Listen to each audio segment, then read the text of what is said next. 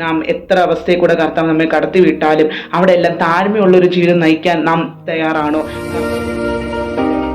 ഇരുൾ അടഞ്ഞ വഴികളിൽ തിരുനാളമാകുവാൻ ഇന്നത്തെ ചിന്ത.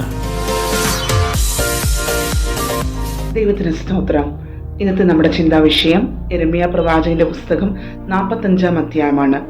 വെറും 5 വാക്യങ്ങൾ അടങ്ങിയിരിക്കുന്ന ഈ അധ്യായത്തിൽ നമുക്ക് കാണുവാൻ സാധിക്കുന്നത് ബാരൂക്കിനോട് ദൈവം സംസാരിക്കുന്നത്, യെരമ്യാ പ്രവാചകൻ മുഖാന്തരം സംസാരിക്കുന്നതും അവനെ ആശ്വസിപ്പിക്കുന്നതും അവനെ ധൈര്യപ്പെടുത്തി മുമ്പോട്ട് നടത്തുന്നതുമായിട്ടുള്ള ചില കാര്യങ്ങൾ ആ 5 വാക്യത്തിൽ നമുക്ക് കാണുവാൻ സാധിക്കും. യെരമ്യാ പ്രവാചകന്റെ ഒരു എഴുത്തുകാരനായിട്ട്, അല്ലെങ്കിൽ അവനോട് ദൈവം അരുളി ചെയ്യുന്നതൊക്കെയും ഒരു പുസ്തകത്തിൽ എഴുതി വെക്കുന്ന ഒരു വിശ്വസ്തനായ ഒരു ദാസനായിട്ട് നമുക്ക് ബാരൂക്കിനെ ഈ അധ്യായത്തിൽ രേഖപ്പെടുത്തിയിട്ടുണ്ട്. അതിന്റെ 2-ാം വാക്യത്തിൽ യെരമ്യാവിനോട് ദൈവം പറയുകയാണ്, ബാരൂക്കിനോട്, അല്ലെങ്കിൽ അവന്റെ മനോഭാരത്താൽ അവൻ ഇരിക്കുമ്പോൾ അവനോട് ചോദിക്കുന്ന കാര്യങ്ങളാണ്.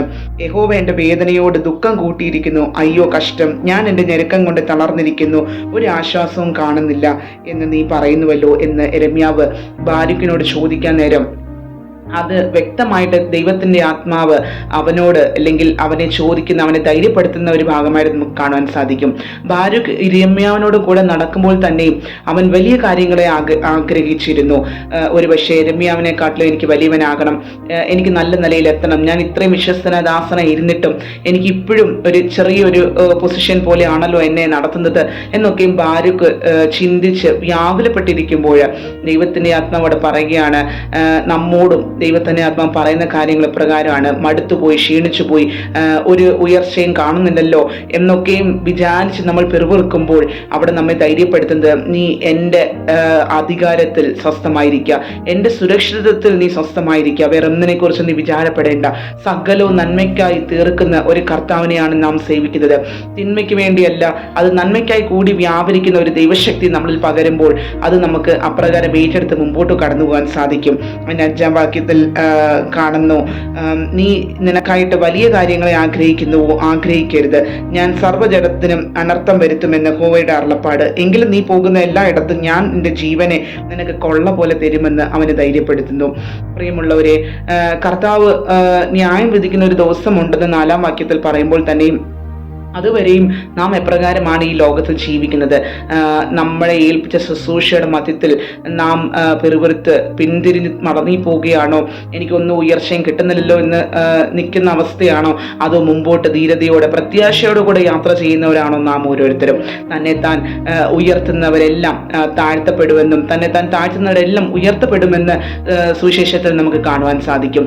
നാം എത്ര അവസ്ഥയിൽ കൂടെ കർത്താവ് നമ്മെ കടത്തി വിട്ടാലും അവിടെ എല്ലാം താഴ്മയുള്ളൊരു ജീവിതം നയിക്കാൻ നാം തയ്യാറാണോ? കർത്താവ് തീർച്ചയായിട്ടും നമ്മെ ഉയർത്തുന്ന ഒരു ദിവസമുണ്ട്. അതുപോലെ നമുക്ക് എല്ലാവർക്കും ഏത് പൊസിഷനിലായിരുന്നാലും, വിശ്വാസി ആയിക്കോട്ടെ, പാസ്റ്റർമാരായിക്കോട്ടെ, ഇവരെ ഏത് പൊസിഷനിൽ നമ്മളായിരുന്നാലും അവിടെ എല്ലാം നമുക്ക് വലിയ കാര്യങ്ങളെ ആഗ്രഹിക്കാറുണ്ട് നമ്മളല്ലേ. എനിക്ക് ഇന്ന നിലയിൽ എത്തണം, ആഗ്രഹിക്കുന്നതിൽ കുഴപ്പമില്ല, പക്ഷേ അത് നമ്മുടെ ജീവിതത്തിൽ ഒരു അത്യാഗ്രഹമായി തീരരുത്. വളരെ സെൽഫായിട്ട് ഈ പരീക്ഷൻ പ്രാർത്ഥിക്കാൻ നേരം ഞാൻ എല്ലാത്തിനും പെർഫെക്റ്റ് ആയിരുന്നു കർത്താവേ, ഞാൻ ഇങ്ങനെ ചെയ്തിട്ടുണ്ട്, ഞാൻ അങ്ങനെ ചെയ്തിട്ടുണ്ടെന്നൊക്കെയും പറയുന്ന പോലെയാണ് ഈ ബാരൂക്കിന്റെ മനോഭാരങ്ങൾ 3-ാം വാക്യത്തിൽ നമുക്ക് കാണുവാൻ സാധിക്കുന്നത്. ഞാൻ ഇങ്ങനെ നടന്നു നിൽക്കുകയും പറയുന്ന ഒരവസ്ഥ. നമ്മൾ സ്വയം പുകഴ്ത്തുന്നവരായിട്ട്, സ്വയത്തെ നോക്കി ജീവിക്കുന്നവരായിട്ടല്ല, കർത്താവിന് വേണ്ടി പ്രയോജനപ്പെടണം, കർത്താവ് നമ്മളെക്കുറിച്ച് എന്താഗ്രഹിക്കുന്നു ആ പന്താവിൽ എത്തിച്ചേരണം എന്നുള്ള ഉറച്ച വിശ്വാസത്തിൽ നമ്മുടെ ജീവിതം മുമ്പോട്ട് നയിക്കാൻ ഇടയായി തീരട്ടെ.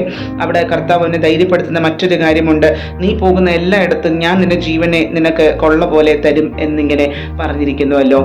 ഒരു പക്ഷേ പോകുന്ന യാത്രയിൽ നമ്മെ ഏൽപ്പിച്ചിരിക്കുന്ന ദൗത്യത്തിന്റെ മധ്യത്തിലൊക്കെയും പ്രതിസന്ധികൾ നിറഞ്ഞൊരു യാത്രയായിരിക്കാം.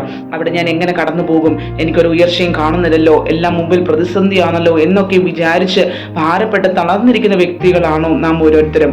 അവിടെ കർത്താവ് നമ്മെ ഓർപ്പിക്കുന്നത്, നീ ഭാരപ്പെടേണ്ട, നീ അധൈര്യപ്പെടേണ്ട, നീ ധൈര്യമായി മുമ്പോട്ട് പോകുക, കാരണം ഞാൻ നിന്നോട് കൂടെയുണ്ട്. നീ പോകുന്നിടത്തെല്ലാം നിന്റെ ജീവനെ ഞാൻ നിനക്ക് കൊള്ള പോലെ നിന്റെ കയ്യിൽ ഏൽപ്പിക്കുമെന്ന് വചനത്തിൽ നമുക്ക് കാണുവാൻ സാധിക്കുന്നു.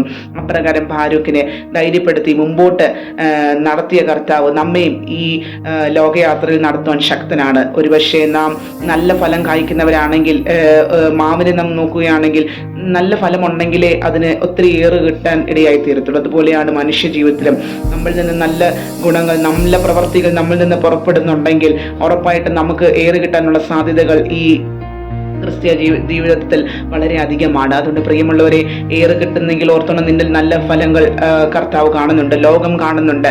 അതൊരിക്കലും നിന്റെ സെൽഫിൽ നീ ഒതുക്കി കളയരുത്. നീ ദൈവത്തിൽ ആശ്രയിക്കുക, ദൈവത്തിൽ പ്രത്യാശ വെച്ച് മുമ്പോട്ട് പോകുക. ദൈവം നമ്മെ അനുഗ്രഹമായി ആ നിത്യത നമ്മൾ എത്തും വരെയും പ്രത്യാശയോടെ ആയിരിക്കുന്നുവെങ്കിൽ ജയത്തോടെ നമുക്ക് നല്ലൊരു ക്രിസ്തു ജീവിതം നയിക്കാൻ ദൈവം നമ്മെ സഹായിക്കും. God bless you.